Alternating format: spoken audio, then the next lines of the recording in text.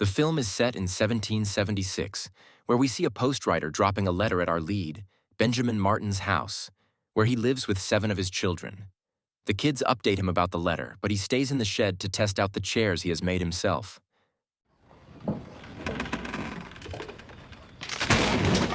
By evening, he visits his late wife's grave and returns home. After putting his daughters to sleep, he reads the letter and finds out that he's being called to the South Carolina Council, which is in Charleston. Hence, he takes his kids there the next morning and visits his sister-in-law, Charlotte, at first. The following night, Martin and Charlotte watch angry protesters on the streets, cursing the British and expressing that South Carolina should participate in the war against the British. Gabrielle approaches Martin regarding the army issue again. He mentions that Benjamin's friend from the army, Harry Burwell, is recruiting boys in the Continental Army, so he's going this time. Later that night, he secretly joins the protest, in which he reunites with his childhood friend, Anne Howard. The next morning, Martin takes his kids and Charlotte to the South Carolina Council meeting, where the councilmen appoint Harry to convey their message to the citizens of South Carolina. Harry relays that 8 out of 13 colonies are participating in the war against the British. Hence, they should vote to participate in it too. Benjamin refutes and lectures people on not voting, claiming that the repercussions of the war will enter their homes and destroy everything. The angry crowd ignores his call and votes in favor of the participation. The council passes the bill and officially becomes included in the war. This leads Harry to recruit men in the Continental Army from their colony. Gabrielle also joins the Continental Army. Benjamin tries to change Gabrielle's mind when he's being taken away, but he doesn't listen. Though Harry assures Benjamin that he will look out for him, Benjamin brings his other kids back to the farm and starts living peacefully. During the war,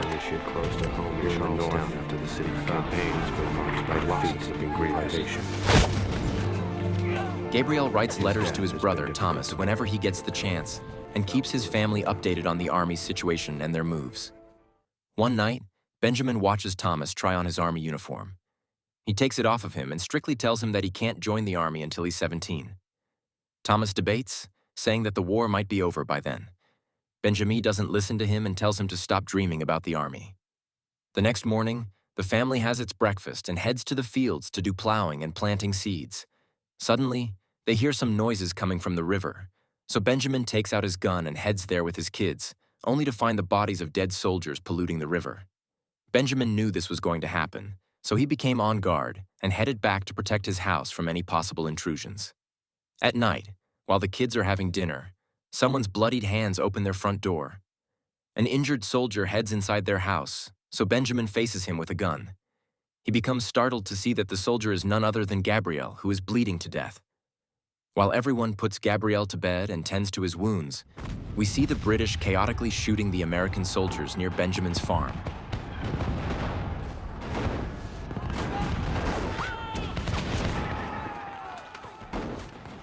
As soon as the dawn breaks, Benjamin heads out with his servants and salvages the injured soldiers from both armies. He brings them to his house's front porch and treats them. This prompts a giant British Army fleet to show up outside his house.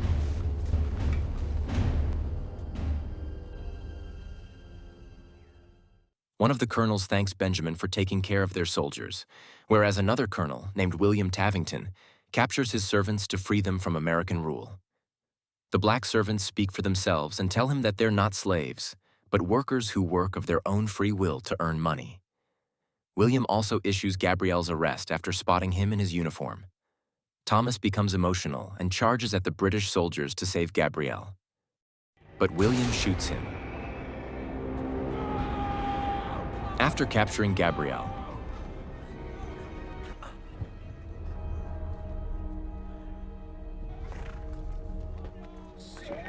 the Britons set Benjamin's house on fire and ran away. Luckily, all of Benjamin's children are already outside, so he doesn't care about the house. He quickly runs inside the burning house to grab a gun and his axe. He then takes his younger sons and runs after the British soldiers. At first, he shoots at the fleet to cause a diversion and then makes his move.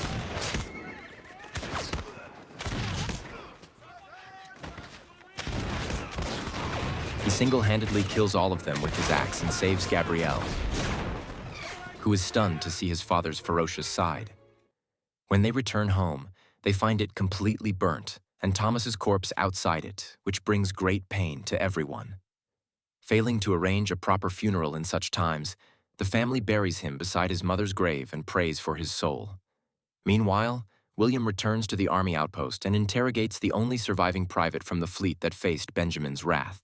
William becomes shocked to hear that his entire fleet was massacred by one man and fixates on capturing him. On the other hand, Benjamin and his family have become homeless, so they temporarily reside in Charlotte's place, who treats them well and puts the little girls to sleep. Benjamin also comforts his little sons, who helped him shoot the British and now feel bad for shooting people, regardless of their nationality and politics. That night, Gabrielle argues with Benjamin regarding joining the army again and leaves Charlotte's place. The next day, Benjamin decides to join the army for Gabrielle's sake. He bids his family farewell and leaves on his horse. While their colony soldiers engage in another war with the British, Gabrielle somehow escapes them and witnesses the entire battle from someone's abandoned house.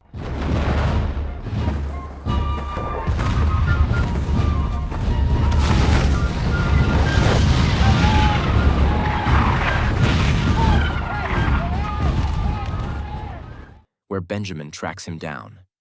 The two watch the battle together, in which the British overpower the American fleet, which retreats immediately.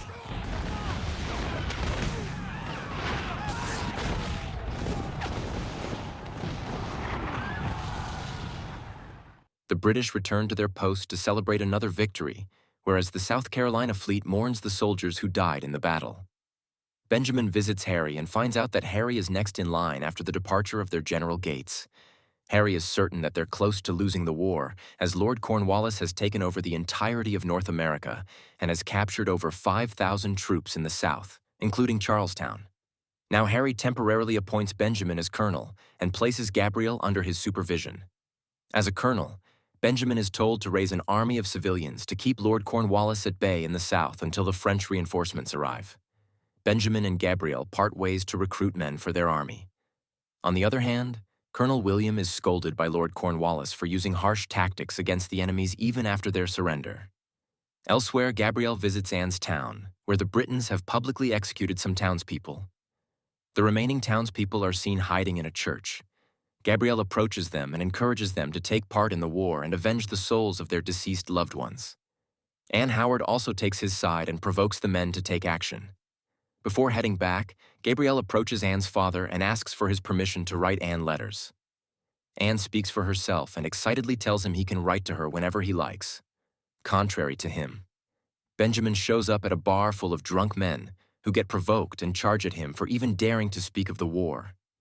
With failure, he runs away from there. However, he manages to recruit the required number of men. By evening, the father and son unite to talk numbers. During this, Gabrielle notices that Benjamin is making bullets out of Thomas's toy soldiers. The next day, Harry's appointed French general trains their army to shoot. According to Benjamin's strategy, they don't declare war but target the British soldiers when they're in smaller groups. This helps them eliminate a large number of the British army and confiscate more goods to elevate their status. Lord Cornwallis becomes frustrated to learn about Benjamin's tactic and sends William for damage control. Soon the British hold a fancy event, while Benjamin and his army are seen sailing boats. The British get one of the boats bombed and enjoy the view of the explosion from their event. While Benjamin's army retreats, Gabrielle goes to live with Anne and her family. While he continues to grow closer to Anne, Anne's father grows uncomfortable and eavesdrops on them. The next day, Benjamin and his men march to loot another wagon of the British army, which turns out to be a trap. Some soldiers, who were deliberately hiding in the wagon, put up trivial arguments to stall Benjamin's army and allow their main cavalry to ambush them. William's cavalry comes out of hiding, which is huge in number, and opens fire towards Benjamin's fleet. Unprepared, Benjamin's militia retreats and runs away, but some of their men get captured by William's convoy. Benjamin's remaining fleet decides not to make a move until the French reinforcements arrive, so one of them laughs it off while praising Benjamin for taking care of the French single-handedly in the previous war. This has Gabrielle curious, so he asks his father about his contribution to the American army. Benjamin narrates his previous encounter with the British during the war between the French and Indians, in which he sided with Britain and killed Indians to save the French army. Moving on, one of the captured men from Benjamin's army returns to them and tells them that their remaining captured men are to be executed at Cornwallis's fort. Benjamin had captured Cornwallis's Great Danes earlier because he had a sentimental attachment to them. He now takes the Great Danes to his fort and exchanges them for his captured militia. Cornwallis agrees to let his people go if he frees the British officers from his captivity. Benjamin makes the deal and shows him through the binoculars that his men are already here with the captured British officers. Cornwallis takes the bait and frees his men, seeing which William objects and personally tries to provoke Benjamin to initiate a private war. Benjamin remains composed and leaves with his army. Later, Cornwallis is informed by his servants that Benjamin had placed scarecrows with their officers' uniforms to make it look like he had captured actual British soldiers. Cornwallis takes it personally and forgets about his sophisticated mannerisms. He appoints William to capture Benjamin by all means necessary. William plays dirty and heads to attack his kids, who are at Charlotte's place. Charlotte becomes aware of the fleet's arrival in advance and hides the kids. Benjamin also knew William would do this, so he arrived there with his militia and tempted William's fleet to chase them instead. Before going after Benjamin, they set Charlotte's house on fire. Gabriel helps them move to a slave colony, who welcome them with respect. Gabriel returns to the army, where he updates Benjamin on his children. A man from Benjamin's army makes Benjamin aware of William's cheap politics, according to which he's hunting down their families. It turns out to be true when one of Benjamin's men returns home to find his family killed and his house burned down.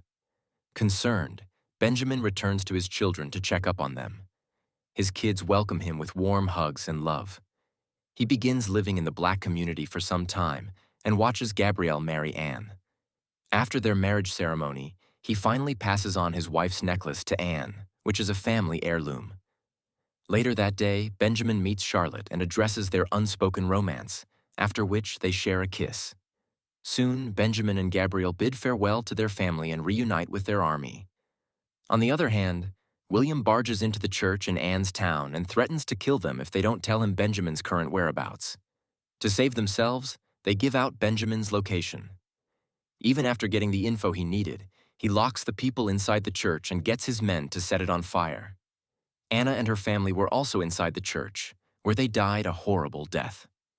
When Benjamin's militia arrives to investigate the fire, Benjamin spots the padlock on the church's front door and realizes that the church was deliberately set on fire. Benjamin's men begin salvaging the corpse to give it a proper burial. During this, they find Anna's necklace that Benjamin had given her. Gabrielle burns with agony and decides to kill William himself. He angrily pursues him in the forest, where William shoots some of his men dead.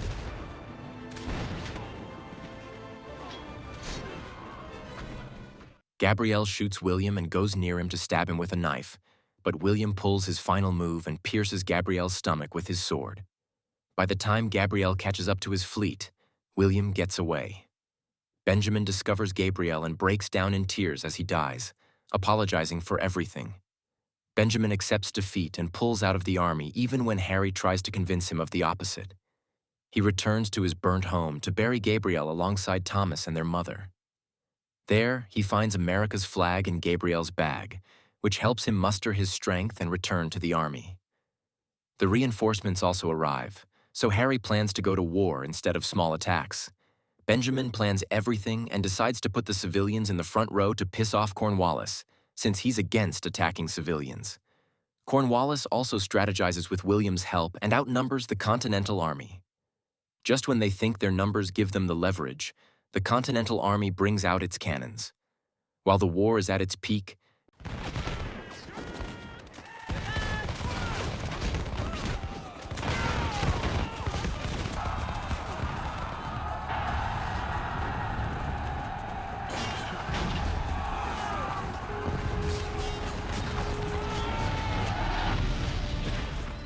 Benjamin fights William and bravely slays him to avenge the deaths of Thomas and Gabrielle. In the end, the Americans shed blood to win the odds and defeat the Britons, who retreat like losers. Benjamin and Harry confirm that the French fleet captures him at bay, which works out, and he surrenders by handing over his sword. America truly becomes free of British rule and celebrates its independence after 8 years. Once the war is over, Benjamin writes Charlotte a letter and asks her to return to his farmhouse with his kids. He then bids farewell to his comrades and returns to the farmhouse, where he starts building a new house from scratch. Here the film ends. Thanks for watching. Please don't forget to like and subscribe for more awesome recaps.